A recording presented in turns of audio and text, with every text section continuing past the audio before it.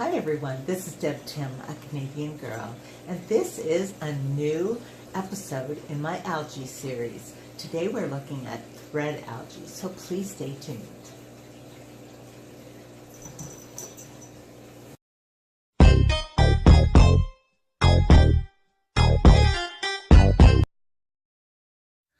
For this topic, my 75-gallon mixed African cichlid aquarium isn't really the best choice. But since I just did a water change and everyone is happy and looks so beautiful, I thought I would use it. Now I did strip one mom from this aquarium today. I checked the other two that were holding, but I didn't bother stripping them as I already have enough of their fry.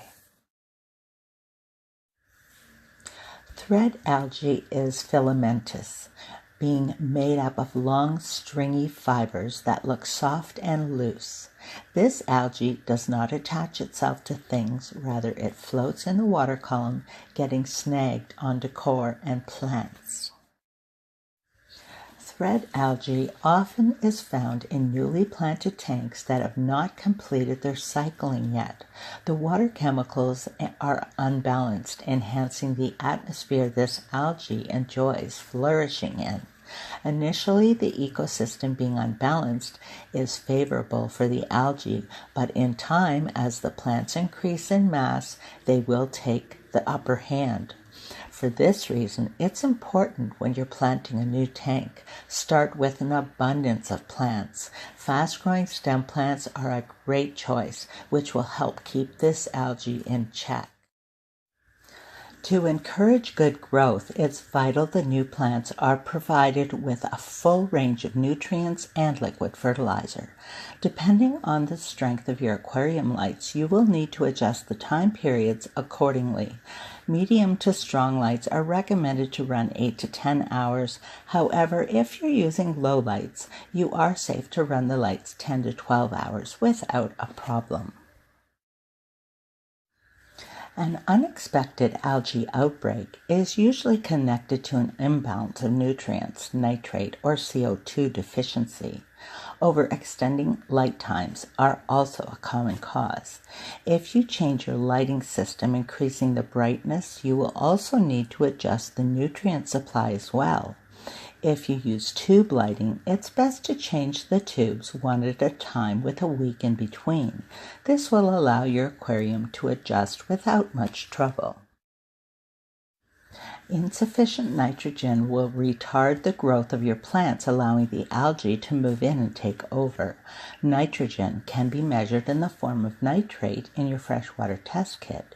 You want between 10 to 25 parts per million. Simply using a liquid fertilizer will raise the nitrogen without affecting the other chemicals such as potassium and phosphate. You will need to adjust your fertilization routine in order to maintain these numbers. You can also use a nitrate-only fertilizer if necessary. Chemical imbalances within your planted tank can arise if your water change schedule is not adhered to. It's recommended to do 30 to 50% water change weekly in order to keep the harmful chemical buildup in check. When experiencing an outbreak of this filamentous algae, the first recommendation is to maintain a good number of algivores in your aquarium. A mono shrimp and dwarf shrimp will help keep this algae under control. In fighting off the algae, you can also add more fast-growing plants to help overtake the algae. If you only have a few strands, they can be easily removed by winding them around something abrasive like a pipe cleaner. There is always the blackout treatment in the event that the algae is an infestation. It's a simple, non-invasive process that is usually considered a last resort. There are other methods you can look into. Algicides will bring positive results but can have a negative effect if used for prolonged periods of time. It's vitally important to read packaging carefully, as some can kill inhabitants in the tank while others can damage the plants themselves. For this reason, an algicide should only be your very last resort. So until next time, this is Deb Tim signing out. Thanks so much for watching.